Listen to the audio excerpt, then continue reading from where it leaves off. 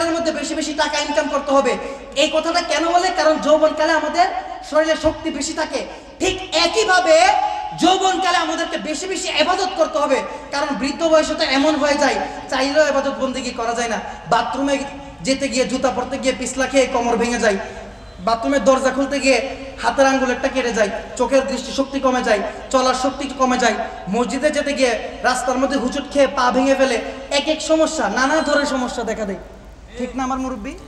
যৌবনকালের মধ্যে যেভাবে আপনার শক্তি ছিল, এখন কি ওই শক্তিটা? আসসালাতু ওয়াসসালামু আলাইকা ইয়া রাসূলুল্লাহ। সাউন্ডম্যান এই দুইটা হালকা একটু এফেক্ট দেন, অল্প একটু, বেশি না। বেশি দিলে আবার কথা বলার সময় ভালো লাগবে না। স্ট্যান্ডটা একটু আগানো যাবে? বেশি দূরে হয়ে গেছে নাকি চেয়ারটা একটু আগিয়ে দিবে? চেয়ার আগে দিলে ভালো হবে, চেয়ার আগে দিলে ভালো হবে। আসি আমি। ওকে।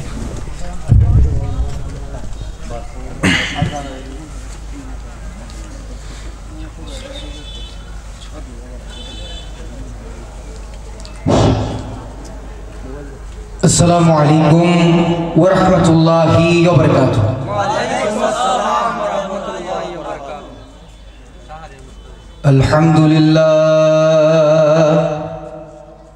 আলহামদুলিল্লাহি রাব্বিল আলামিন ওয়াল আকিবাতু লিল মুত্তাকিন। আসসালাতু ওয়াসসালামু আলা আশরাফিল আম্বিয়া ওয়াল মুরসালিন ওয়া আলা আলিহি ওয়া সাহাবিহি ওয়া আহলি বাইতিহি ওয়া উলামাই আহলি সুন্নতিহি ওয়া আউলিয়াই উম্মতিহি الراشدين المرشدين. أما بعد فقد قال الله تعالى في كلامه المجيد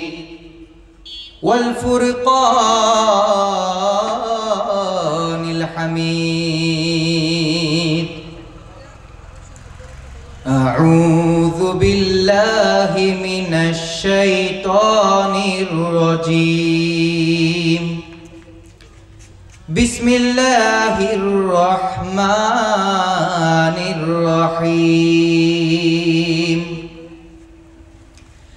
إن الله وملائكته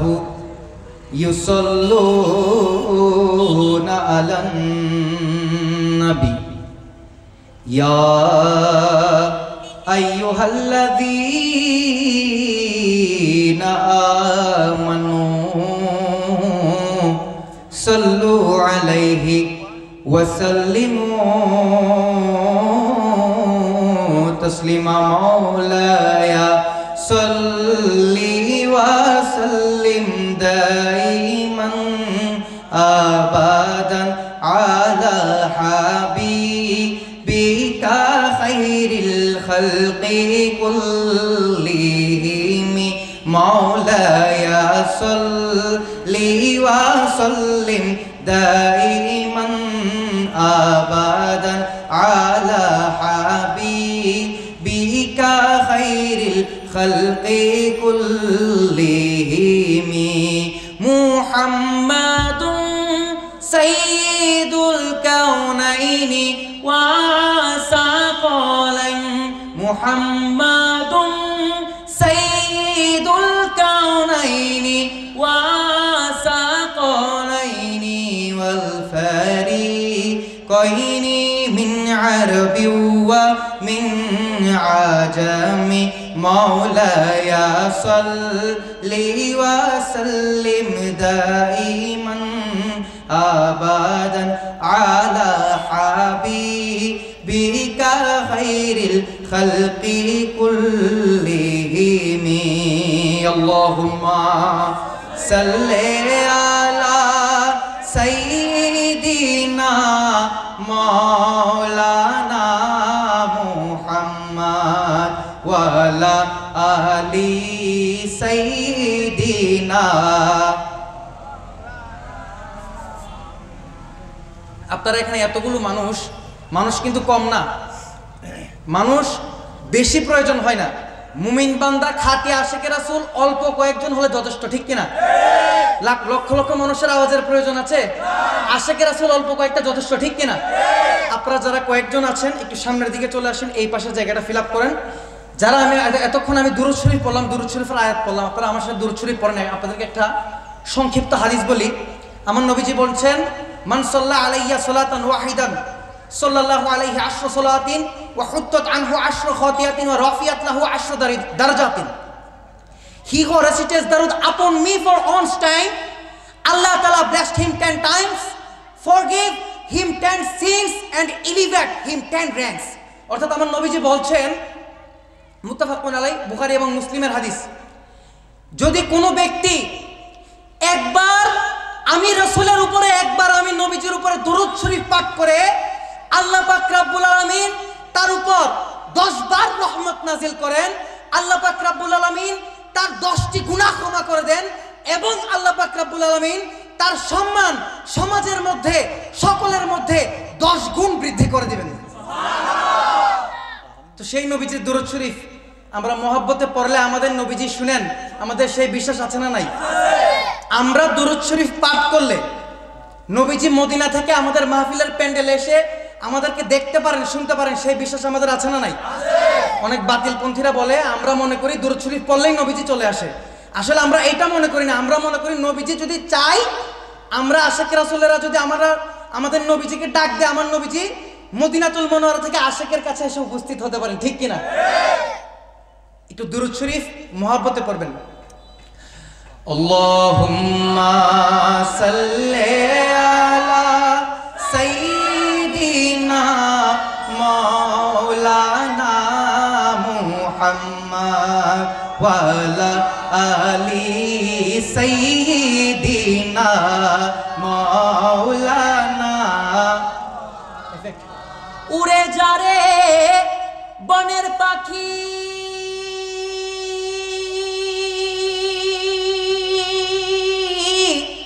চলে যারে মদিনা, মুদের সালাম পৌঁছায়ে দিস দয়াল নবীর রওয়াজায়। আল্লাহুম্মা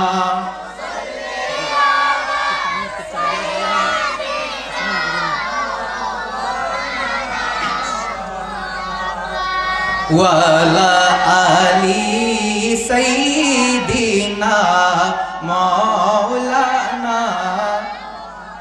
আরেকটু মহব্বতে পড়ুন, আল্লাহুম্মা সাল্লি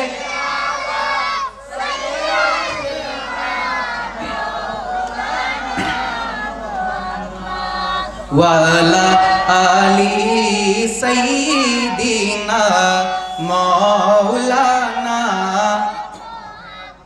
তো আমরা যারা বর্তমান সময়ের দয়াল নবীজির আশিক আছি, দয়াল নবীজির প্রেমিক আছি, সবাই প্লেনে করে, হেলিকপ্টার করে মদিনায় যায়, ঠিক কিনা? আগেকার যুগের এক আশিক যখন মানুষ নৌকায় করে মদিনায় যেতে কত সুন্দর করে বলছে, ও দে দে পালি তুলে দে,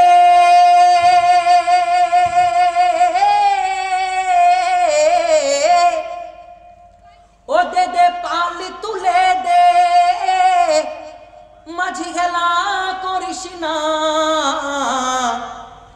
তুই ছেড়ে দে নৌকা, মোরা যাব মদিনা। কোথায় যেতে চাই? আর একটু জবান খুলে বলেন না, কোথায় যেতে চাই? ও মাঝি পালি তুলে দে, আরে হেলা করিস না, ছেড়ে দে নৌকা, মোরা যাব মদিনা, ছেড়ে দে নৌকা। এই আওয়াজে আপনারা এয়ারপোর্ট পর্যন্ত যাইতে পারবেন না, মদিনা যাওয়া তো অনেক দূরের কথা। এই আওয়াজে আপনারা এয়ারপোর্ট পর্যন্ত যাইতে পারবেন না। যতটুক আশিক রাসূলদের জজবা হয় বেশি না কম? আশিক রাসূলদের জজবা বেশি হয় না কম হয়? নবীজির ইশক আশিক রাসূলের অন্তরের মধ্যে বেশি হয় না কম হয়? ইশক যদি বেশি হয়, ভালোবাসা যদি বেশি হয়, গলার আওয়াজটা একটু বেশি হবে না? নির্বাচনের সময় যখন 200 টাকা 500 টাকা ঢুকাই দিয়ে পকেটের ভিতরে অমুক ভাই তমুক ভাই অমুক ভাইয়ের চামড়া তুলে নিব আমরা, কত কিছু তো বলেন। তখন তো দেখা যায় যে মানে এক একজনের জোশ রক্ত গরম। তো নবীজির নাতে রাসূল পড়লে একটু মহব্বত নিয়ে জজবা নিয়ে আশক নিয়ে পড়তে হবে না? এমনভাবে নাতে রাসূল পড়বেন প্যান্ডেলটা যেন যতটুকু খালি আছে একটাও যেন খালি না থাকে। যদি খালি থাকে তাহলে আপনাদের দোষ, আমার দোষ নেই। তাহলে আপনারা নাতে রাসূল পড়বেন, এমনভাবে আওয়াজ দিবেন মাইকের আওয়াজ যেন এখানে গিয়ে বাইরের মানুষ মনে করে এখানে অনেক মানুষ। আসলে এখানে অনেক মানুষই আছে, আমরা এখানে অল্প কয়েকজন মানুষ থাকতে পারি। যেখানে আল্লাহ এবং রাসূলের আলোচনা হয় ওইখানে আল্লাহ পাক রব্বুল আলামিন 70,000 ফেরেশতা নাজিল করে দেন। সুবহানাল্লাহ বলেন না? আমরা দেখতেছি এখানে অল্প কয়েকজন মানুষ, প্যান্ডেল ফুরাইলেও এখানে সর্বোচ্চ 200-300 মানুষ জায়গা নেবে, কিন্তু এখানে অলরেডি আল্লাহ পাক রব্বুল আলামিন 70,000 ফেরেশতা নাজিল করে দিয়েছেন। সুবহানাল্লাহ বলেন না? অ্যাটেনশন এদিকে করেন, অ্যাটেনশন এদিকে, ওইদিকে দুনিয়া কিয়ামত হয়ে যায় দেখবেন না। তো এখানে এই যে মাহফিলের মধ্যে যারা আপনারা এখানে এসে বসেছেন আপনারা সবাই জান্নাতি। আপনারা সবাই কি? এই সন্দেহ আছে নাকি? আওয়াজ করবেন না? আপনারা সবাই কি? আমি মাইকের মধ্যে ঘোষণা দিয়ে দিচ্ছি, মাইকের আওয়াজ যতটুকু যাচ্ছে আপনারা যারা মাইকের মধ্যে আমার আওয়াজ শুনছেন আপনাদেরকেও বলছি, এই কইয়ার বিল ঈদে মিলাদুন নবীর মাহফিলের প্যান্ডেলের মধ্যে যারা আসবে এবং এসে বসবে সবাই জান্নাতি। আবার বলছি, এই মাহফিলের মধ্যে এসে যারা বসবে সবাই জান্নাতি। কিভাবে জান্নাতি এটা মাহফিলের শেষে বলবো, আপনারা যে কোনো একজন আমাকে মনে করাই দিবেন। তো নাতে রাসূলটা পড়ছিলাম, নাতে রাসূলটা পড়ার দরকার আছে না নাই? নাতে রাসূল হচ্ছে আশিকের রাসূলের অন্তরের খোরাক। আবার নাতে রাসূল পরে টাইম পাস করবো না, শুধু শুরুতে একটা নাতে রাসূল পড়বো। ও মাঝি পাল তুলে দে আরে খেলা করিস না, ছেড়ে দে নৌকা মোরা যাব মদিনা, ছেড়ে দে নৌকা মোরা না। দুনিয়ায় নবী এলো মায়া মেনার ঘরে, দুনিয়ায় নবী এলো মায়া মেনার ঘরে, হাসিলে হাজার মানিক কাঁদিলে মুক্তা ঝরে, হাসিলে হাজার মানিক কাঁদিলে মুক্তা ঝরে। ও দয়াল নবী যার সখা তার কিসের ভাবনা, ডান হাত তুলে বলুন ঠিক কিনা? ও দয়াল মুর্শিদ যার সখা তার কিসের ভাবনা, দিলের মাঝে কাবা নয়নে মদিনা, আমার দিলের মাঝে কাবা নয়নে মদিনা। ও দে দে পাল তুলে দে, ও দে দে, ও দে দে, ও দে দে, ও দে দে, ও দে দে, ও দে দে পাল তুলে দে, মাঝি হেলা করিস না, ছেড়ে দে নৌকা মোরা যাব মদিনা, ছেড়ে দে নৌকা মাঝি যাব মদিনা। সেই নূরের রোশনীতে দুনিয়া গেছে ভরে, সেই নূরের রোশনীতে দুনিয়া গেছে ভরে, সেই নূরের বাতি জ্বলে আশিকের অন্তরে, সেই নূরের বাতি জ্বলে সুন্নিদের অন্তরে, ঠিক কি না? সেই নূরের রোশনীতে দুনিয়া গেছে ভরে, সেই নূরের বাতি জ্বলে সুন্নিদের অন্তরে, সেই নূরের বাতি জ্বলে আশিকের অন্তরে। ও আল্লাহ নবীর রওজা না দেখাইয়া মরণ কইরো না, আমিন বলেন না সবাই? ও আল্লাহ নবীর রওজা না দেখাইয়া মরণ কইরো না, দো জাহানের মালিক নবী আছেন মদিনা। ও দে দে পাল তুলে দে, ও দে দে, ও দে দে, ও দে দে পাল তুলে দে, মাঝি হেলা করিস না, ছেড়ে দে নৌকা মোরা যাব মদিনা, ছেড়ে দে নৌকা মোরা। মদিনা যেতে চান না? আখেরি বার বলবো, জিজ্ঞেস করবো, ছেড়ে দে নৌকা মোরা, তুই ছেড়ে দে নৌকা মোরা যাব মদিনা। উপস্থিত আমার প্রিয় ইসলামী ভাইরা, আজকে বাংলাদেশের বিখ্যাত একটি জেলা, যেই জেলার সৌন্দর্যর কথা না বললে বাংলাদেশের সৌন্দর্যের বর্ণনা করা অপরিপূর্ণ থাকবে, ঠিক কিনা? বাংলাদেশের সবচেয়ে সুন্দর জেলার নাম হচ্ছে কক্সবাজার। এটা আমার মতামতে, অন্য কারো মতামতে অন্য জেলা হতে পারে। বাংলাদেশের সবচেয়ে সুন্দর জেলার নাম কি? বাংলাদেশের সবচেয়ে সুন্দর জেলা কক্সবাজার জেলার অন্তর্গত চকরিয়া উপজেলার অন্তর্গত পশ্চিম কৈয়ারবিল সোয়ালিয়াপাড়া ইসলামী যুব সেনার উদ্যোগে ঐতিহ্যবাহী পবিত্র আজিমুস শান ঈদে মিলাদুন্নবী মাহফিল। সবাই বলেন মারহাবা।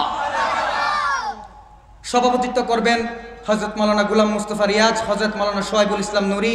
প্রধান অতিথি হিসেবে উপস্থিত থাকবেন জনাব আলহাজ ফজলুল করিম সাইদি, প্রধান উপদেষ্টা জনাব মুনায়েম ইসলাম চৌধুরী, প্রধান মেহমান জনাব জাহিদুল ইসলাম ছুট্টু, বিশেষ মেহমান জনাব মোহাম্মদ জাকারিয়া, প্রধান আলোচক বিশিষ্ট মিডিয়া ব্যক্তিত্ব আমার বড় ভাই শ্রদ্ধেয় মাওলানা মুফতি গুলাম রব্বানী কাশিমি মাদ্দাজিলুল আলী, আলোচক মাই টিভি, আর টিভি ও এশিয়ান টিভি ঢাকা। প্রধান বক্তা হিসেবে আগমন করবেন উদীয়মান তরুণ বক্তা ইসলামী মিডিয়া ব্যক্তিত্ব শায়ের মাওলানা মোহাম্মদ সাইফুল ইসলাম রেজভী সহ সুপার গাউসিয়া হাশেমিয়া খুরশিদিয়া আলী সুন্নিয়া মাদ্রাসা পশ্চিম মোহরা চাঁদগাঁও চট্টগ্রাম। বিশেষ বক্তা হিসেবে আছেন হাফেজ কারি মুস্তাফিজুর রহমান, মাওলানা মামুনুর রশিদ সাহেব। ইসলামী সঙ্গীত পরিবেশন করবেন হাফেজ কামরুল ইসলাম আরাফাত এবং মাহফিল পরিচালনায় যিনি আছেন আমার হুজুর শ্রদ্ধেয় হুজুর মাওলানা কি সওদাগর, ইউসুফ সওদাগর। উনি কি মৌলানা নাকি? মৌলানা না, আচ্ছা দেখতে লেবাসে মৌলানা হয়ে গেছে।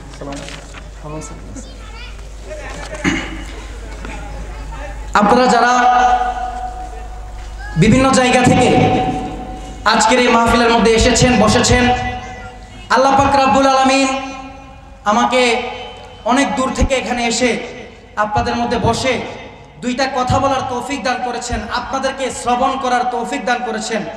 যে আল্লাহ পাক রব্বুল আলামিন আজকে এখানে আমাকে আসার, আপনাদেরকে আসার, বসার, কিছু কথা শোনার তৌফিক দান করেছেন, সে আল্লাহ পাক রব্বুল আলামিনের শুকরিয়া আদায়ার্থে একবার বলি আলহামদুলিল্লাহ।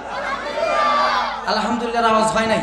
আল্লাহ পাক রব্বুল আলামিন যতটুকু শক্তি দিয়েছে ততটুকু শক্তি দিয়ে আল্লাহ পাক রব্বুল আলামিনের শুকরিয়া আদায়ার্থে সিংহের মতো গর্জন দিয়ে একবার বলি আলহামদুলিল্লাহ। কোন আল্লাহ, কোন আল্লাহ শুকরিয়া আদায় করছেন জানেন? আমার আল্লাহ পাক রব্বুল আলামিন আমাদেরকে এত কিছু দিয়েছেন। এই যে হাত দিয়েছেন, পা দিয়েছেন, চোখ দিয়েছেন, কান দিয়েছেন, মুখ দিয়েছেন, এত কিছু দিয়েছে। আমরা যে আল্লাহ পাক রব্বুল আলামিনের নাফরমানি করছি, আমার আল্লাহ বলে না বান্দা আমার তুই যে আমার নাফরমানি করছিস আমি তোকে রিজিক দেওয়া বন্ধ করে দেব। বান্দা আমার তুই যে আমার জমিনে চলছিস, আমার জমিনে চলে আমাকে সিজদা দিচ্ছিস না, আমি তোর হায়াত কন্টিনিউ করা অফ করে দিব। বরং আল্লাহ পাক রব্বুল আলামিন যখন আমাদেরকে বানাবেন, আল্লাহ পাক রব্বুল আলামিন যখন মানুষ বানাবেন, আল্লাহ পাক রব্বুল আলামিন ফেরেশতাদেরকে ঘোষণা করে দিল, ও ফেরেশতারা আমি মানুষ তৈরি করব, আমি ইনসান তৈরি করব। ফেরেশতারা বলতে লাগলো আল্লাহ তুমি যদি মানুষ বানাও, এই মানুষগুলো তো দুনিয়ার জমিনের মধ্যে গিয়ে গুনাহ করবে, মানুষগুলো তো দুনিয়ার জমিনের মধ্যে গিয়ে পাপাচার করবে, মানুষগুলো তো দুনিয়ার জমিনের মধ্যে গিয়ে ফিতনা করবে, ঝগড়া ফাসাদ করবে, জিনা করবে, বিভিন্ন প্রকারের গুনাহ করবে। আমার আল্লাহ বলতে লাগলো ও ফেরেশতারা আমি জানি আমার এই বান্দাগুলো, এই কয়্যার বিলের মানুষগুলো এরা দুনিয়ার জমিনের মধ্যে গিয়ে গুনাহ করবে। এই পৃথিবীর মধ্যে যতগুলো ইনসান পাঠাবো এরা দুনিয়ার জমিনের মধ্যে গিয়ে গুনাহ করবে। আমার বান্দা যখন গুনাহ করবে 10 বছর, 20 বছর, 30 বছর, 40 বছর, 50 বছর এমন গুনাহ করবে, গুনাহ করতে করতে পাহাড় পরিমাণ গুনাহ করে ফেলবে, গুনাহ করতে করতে সমুদ্রের ফেনা পরিমাণ গুনাহ করে ফেলবে। গুনাহ করতে করতে করতে করতে আমার বান্দা যখন ক্লান্ত হয়ে যাবে, এত গুনাহ করার পরেও যখন আমার বান্দা তওবাতুন নাসুহার নিয়তে একবার তার চোখ থেকে এক ফোঁটা পানি বের করে, আমার বান্দার চোখ দিয়ে এক ফোঁটা পানি বের করতে দেরি হয়, আমার আল্লাহ বলে পানির ফোঁটা নিচে পড়ার আগে আমার বান্দার জিন্দেগির সকল গুনাহ আমি 1 সেকেন্ডে ক্ষমা করে দিব। সে আল্লাহ পাক রব্বুল আলামিনের শুকরিয়া আদায় করছেন। আচ্ছা আপনারা বলেন আল্লাহ পাক রব্বুল আলামিনের শুকরিয়া আদায় করে কি শেষ করা যাবে? ভাইরা আপনারা যখন এদিক ওদিক তাকান আমার অ্যাটেনশন নষ্ট হয়ে যায়। যে কয়েকজন মানুষ আসছেন সবগুলো আশিকে রাসূল, ঠিক কিনা? আশিকে রাসূল বিদায় তো মাইকের মধ্যে নবীজির নাচ শোনার আগে এসে মাহফিলের মধ্যে বসে গিয়েছে, ঠিক কিনা? তো আশিকে রাসূলরা যখন আল্লাহ এবং রাসূলের আলোচনা চলবে অ্যাটেনশন থাকবে সম্পূর্ণ এদিকে। আপনারা যদি এদিক ওদিক তাকান আমার একটা আলোচনার মধ্যে অ্যাটেনশন লড়ে যায়। এগুলো হুজুর বুঝবেন, হুজুর যেহেতু উনি আলোচনা করেন, মাওলানা মানুষ, উনি এই জিনিসটা বুঝবেন। বক্তা যখন কথা বলে শ্রোতারা যখন এদিক সেদিক তাকায়, এটা বক্তার অ্যাটেনশন নষ্ট হয়ে যায়। তো যে কথা বলছিলাম, আল্লাহ পাক রব্বুল আলামিনের শুকরিয়া আদায় করে কি শেষ করা যাবে? আমার আল্লাহ তো বলছেন ফাবিআইয়ি আলাই রাব্বিকুমা তুকাজ্জিবান, তোমরা আমার কোন কোন নিয়ামতের শুকরিয়া আদায় করবে। আচ্ছা, সব কিছু বাদ দিলাম, এই যে দেখেন আমরা 24 ঘন্টা নিঃশ্বাস নিচ্ছি, এই নিঃশ্বাসের শুকরিয়া আদায় করতে পারবেন? এই যে একটা হাত দিয়েছে, এই হাত কি আপনি দুনিয়ার কোনো গ্যারেজে বানাতে পারবেন? দুনিয়ার কোনো হসপিটালে, দুনিয়ার কোনো প্রতিষ্ঠানে কোনোভাবে এই হাতের মতো একটা হাত বানিয়ে দিতে পারবে? সামান্য হাতের মধ্যে 5টা আঙ্গুল আছে, তারপরে আছে হাতের ভিতরে কতগুলো রগ আছে না? আমাদের পকেটের মধ্যে একটা হেডফোন, সামান্য একটা হেডফোন যদি পকেটের ভিতর রেখে দেয়, দেখবেন যে হেডফোনটা একটু পরে পেস্ট লেগে গেছে। রাখছেন কি সোজা করে? হেডফোন রাখেন কি সোজা করে? পকেট থেকে বের করে দেখেন কি পেস্ট লেগে গেছে। মাত্র 1 হাত লম্বা একটা হেডফোন পেস্ট লেগে যায়। তো এভাবে আমাদের হাতের ভিতরে, আমাদের শরীরের ভিতরে 97,000 রোগ আছে। একটা রোগের সাথে একটা রোগ কোনোদিন পেস্ট খাইছে? চিন্তা করে দেখেন তো, সে আল্লাহ পাক রব্বুল আলামিনের শুকরিয়া কিভাবে আদায় করবেন? বলি যে যৌবনকালের মধ্যে বেশি বেশি টাকা ইনকাম করতে হবে। আমাদের মা বাবা আমাদেরকে এটা শিক্ষা দেয়, আমাদের আশেপাশের সমাজ এটা শিক্ষা দেয়। যৌবনকালের মধ্যে শরীরের শক্তি বেশি থাকে বিধায় বলে যে যৌবনকালে বেশি বেশি টাকা ইনকাম করতে হবে। কারণ তুমি যদি 40-এর পরে যখন তোমার যৌবন শেষ হয়ে যাবে, তখন তুমি আগের মতো টাকা পয়সা ইনকাম করতে পারবে না। 25 থেকে 40 বছর বয়সে, যুবক বয়সে যেভাবে তুমি টাকার পেছনে দৌড়তে পেরেছো, পরবর্তীতে তুমি টাকার পেছনে এইভাবে চাইলেও দৌড়তে পারবে না। এই শক্তিটা নাই, মুরব্বী এখানে সাক্ষী। উনারও এক সময় আপনাদের মতো, এই যে উনি এখানে বসা আছে, উনার এক সময় আপনাদের মতো যৌবন ছিল না হুজুর? উনার এক সময় আপনাদের মতো যৌবন ছিল। এখন কি সেই যৌবন আছে? এখন আপনাদের যে শক্তি আছে, এখন যদি আপনারা ইবাদতের মধ্যে কাজে লাগান, বৃদ্ধ বয়সে যদি ইবাদত একটু কমও করতে পারেন, এখনের মতো নাও করতে পারেন, আল্লাহ পাক রব্বুল আলামিন সেটা অটোমেটিক ফিল আপ করে দিবেন। তা আমাদেরকে যৌবনকাল আল্লাহ পাক রব্বুল আলামিন আপনাদের সবাইকে, আমাদের সবাইকে এবং আমাকে বেশি বেশি আল্লাহ পাক রব্বুল আলামিনের দরবারে ইবাদত বন্দেগী করে কাটানোর তৌফিক দান করুক। আমিন বলেন। একসাথে 40 জন আমিন বলে নাকি দোয়া কবুল হয়ে যায়। অনেক জায়গায় এটা শুনছি, অনেক হুজুরদেরকেও বলতে শুনছি। একটু জবান খুলে বলেন আমিন। 3 নম্বরে আমার নবীজি বলছেন, যে ব্যক্তিকে আরশের ছায়ার নিচে ছায়া দান করবেন, ওয়ারাজুলুন কলবুহু মুআল্লাকুন ফিল মাসাজিদ, অর্থাৎ যে ব্যক্তির অন্তর সব সময় মসজিদের দিকে ধাবিত থাকে। কোন দিকে? আর একটু কথা বলেন না, কোন দিকে? যখন ফজরের আজান দিবে, আল্লাহর বান্দা খেয়াল করবে ফজরের নামাজ শেষ হয়ে গেছে, জোহরের আজান কখন দিবে, জোহরের আজান কখন দিবে, জোহরের নামাজ শেষ হয়ে গেছে, আসরের নামাজ কখন দিবে, আসরের নামাজ শেষ হয়ে গেছে, মাগরিবের নামাজ কখন শুরু হবে, মাগরিবের আজান কখন দিবে, মাগরিবের নামাজ শেষ, খেয়াল করছে বান্দা, খেয়াল করছে এশারের আজান কখন দিবে, এশারের নামাজ আমি কখন পড়বো। এভাবে যে ব্যক্তি মসজিদের দিকে তার অন্তরকে সবসময় খেয়াল দিবে, মসজিদের দিকে অন্তরকে ধাবিত করে দিবে, আমার নবীজি বলছেন কঠিন হাসরের ময়দানে আল্লাহ পাক রব্বুল আলামিন তাকে আরশের ছায়া নিচে ছায়া দান করবেন। তো প্রেম হবে মসজিদের সাথে, কিসের সাথে? নাকি গার্লফ্রেন্ডের সাথে? প্রেম হবে মসজিদের সাথে। যে ব্যক্তির অন্তর সবসময় মসজিদের দিকে ধাবিত থাকবে, আল্লাহ পাক রব্বুল আলামিন কঠিন আরশের ছায়া নিচে তাকে ছায়া দান করবে।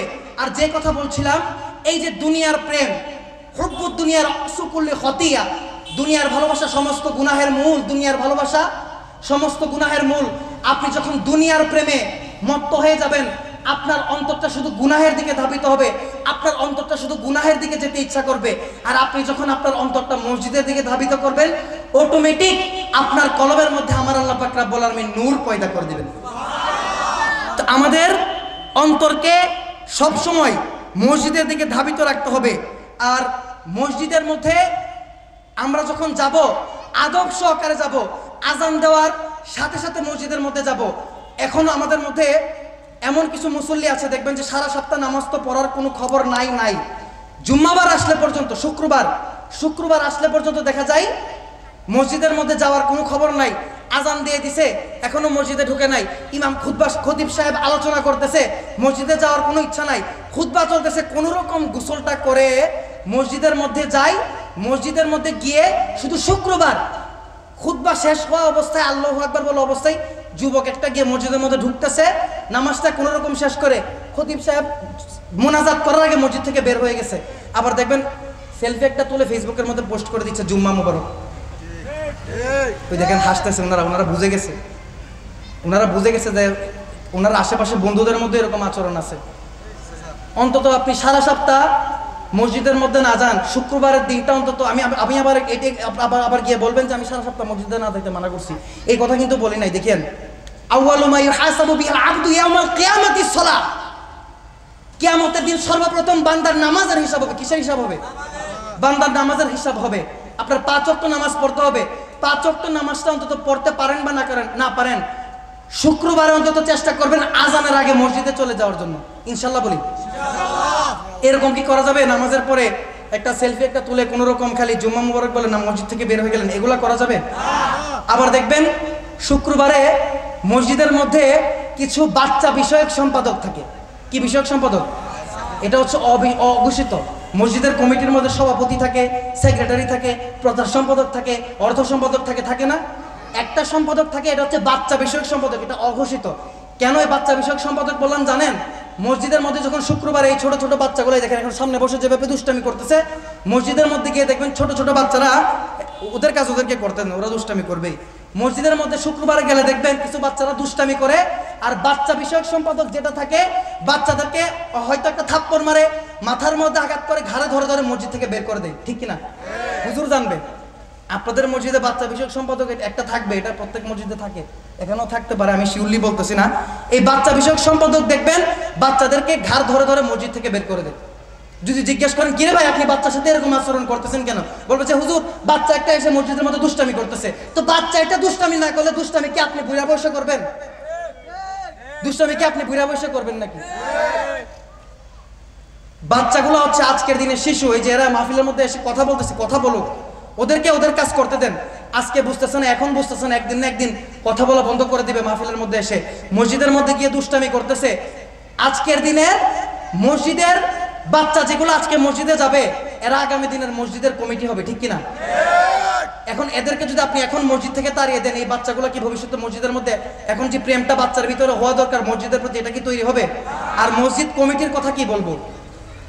একটা সময় ছিল মসজিদ কমিটির মধ্যে সভাপতি থাকতো এলাকার সবচেয়ে গুণমান্য যে মুরব্বী, ইবাদত বন্দেগী বেশি করে, অথবা এলাকার মধ্যে একজন বিজ্ঞ আলেম যিনি কোরআন হাদিসের জ্ঞান রাখে, উনাকে সভাপতি দেওয়া হতো।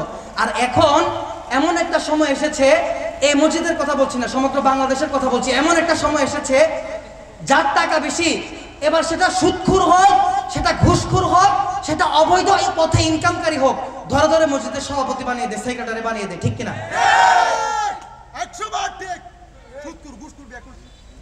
এমন একটা অবস্থা হয়ে গেছে। কিরে ভাই আস্তে গরম হয় না, পরে আপনার সাথে দুশ্মনী করে শুরু করে দিবে। এই এলাকার মধ্যে এরকম থাকতে পারে। যদি গিয়ে দেখেন কালকে চায়ের দোকানে বসে শাহরিয়ার মুস্তফাইন নামে কেউ দুর্নাম করতেছে, মনে করবেন যে এটার মধ্যে ভাইরাস এটা আছে। কারণ আমি যে কথা বলছি, আমি কারো নাম ধরে বলছি? আমি কি কাউকে গালি দিয়েছি? কারো বিরুদ্ধে বলেছি? এরা যদি কালকে সকালে গিয়ে চায়ের দোকানে বলে আমি ভালো না, আমরাও বলি আমরা তো ভালো না, তোমরা ভালো লয়ে থাকো, ঠিক কিনা? এই সুদখোরগুলো মসজিদ কমিটির মধ্যে ঢুকে। আবার এমন কিছু মানুষ দেখা যায় সারা জীবন করে সন্ত্রাসী, পরের হক মেরে দেয়, অমুকের এটা মেরে ফেলে, অমুকের ওইটা মেরে দেয়, সারা জীবন মনে করেন ধান লাগাইছে একদিকে, আমাদের এখানে বলে আইল, আপনাদের এখানে কি বলে? ওই ধান ক্ষেতের মাঝখানে হেঁটে যাওয়ার রাস্তা যেটা থাকে, আপনাদের এখানে আইল বলে। আইল কুবাই সারা জীবন আরেকজনের ক্ষেতের ভিতরে নিজের ক্ষেত ঢুকাই দিছে, এরকম মানুষ আছে না নাই? তারপরে দেখবেন কিছু মানুষ সারা জীবন আপন ভাইয়ের জায়গা মেরে দেয়, আপন বোনের জায়গা মেরে দেয়, অমুকের হক মেরে দেয়, এগুলা করে শেষ বয়সে যখন শরীরের শক্তি কমে যায় তখন গিয়ে মসজিদ কমিটির মধ্যে ঢুকে। এগুলা একটা ভাইরাস, এগুলো চিহ্নিত করে রাখবেন। কারণ এরা যদি, আপনি যদি সারা জীবন বান্দার হক মেরে শেষ বয়সে মসজিদ কমিটিতে না, আপনি যদি মসজিদ 100টাও বানান আর বান্দার হক আপনার উপর থেকে গিয়েছে, আল্লাহ পাক রব্বুল আলামিন আপনাকে মাফ করবে? মাফ করবে না। এই ক্ষেত্রে সাবধান হয়ে যেতে হবে। আল্লাহ পাক রব্বুল আলামিন আমাদের সকলের ভিতরে মসজিদের প্রতি ভালোবাসা বেশি বেশি তৈরি হওয়ার তৌফিক দান করুক, আমিন বলেন। তারপরে আল্লাহ পাক রব্বুল আলামিন বলছেন, নবীজি বলছেন ওয়ারাজুলানি তাহাব্বা ফিল্লাহি জিতামা আলাইহি ওয়া তাফারাকা আলাইহি। অর্থাৎ যে ব্যক্তি অপর কোনো ব্যক্তিকে ভালোবাসবে আল্লাহর জন্য। কার জন্য? আর একটু জবান খুলে বলেন না, কার জন্য? যে ব্যক্তি অপর ব্যক্তিকে ভালোবাসবে আল্লাহর জন্য, ঘৃণা করবে আল্লাহর জন্য, ওই ব্যক্তিকে আল্লাহ পাক রব্বুল আলামিন কঠিন হাসরের ময়দানে আরশের ছায়ার নিচে ছায়া দান করবেন। এখন কি আমরা কাউকে আল্লাহর জন্য ভালোবাসি? কাউকে মহব্বত করার আগে দেখি যে টাকা কতটুকু আছে, টাকা পয়সা আছে কিনা, বড় লোক কিনা। যদি বড় লোক হয় তাহলে তার প্রতি আমাদের মহব্বত থাকে, আর যদি গরিব হয়, সেটা যদি নিজের আত্মীয় হয়, রক্তের সম্পর্কের হয়, পরিচয় পর্যন্ত দিতে কৃপণতা করি, ঠিক কিনা? পরিচয়টা পর্যন্ত দিতে চাই না। এই মানুষ উঠে উঠে চলে যাচ্ছে কেন? আপনাদের খারাপ লাগতেছে? আপনাদের কাছে কি খারাপ লাগতেছে? আজানের সময় হয়ে গেছে, আমি তো আলোচনা শেষ করতে পারিনি। আচ্ছা ঠিক আছে, আমি আপনাদেরকে আলোচনাটা আমি শেষ করে হাদিস মাত্র শেষ করে দিচ্ছেন।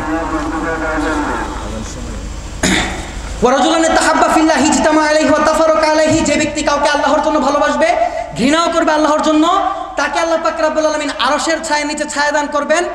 এবং পরবর্তীতে হাদিসের মধ্যে আসছে ওয়ারজুলুন তালাবাত হুমরাতুন যাতু মানসিবিন ওয়া জামালিন ফাকালা ইন্নী আখাফুল্লাহ।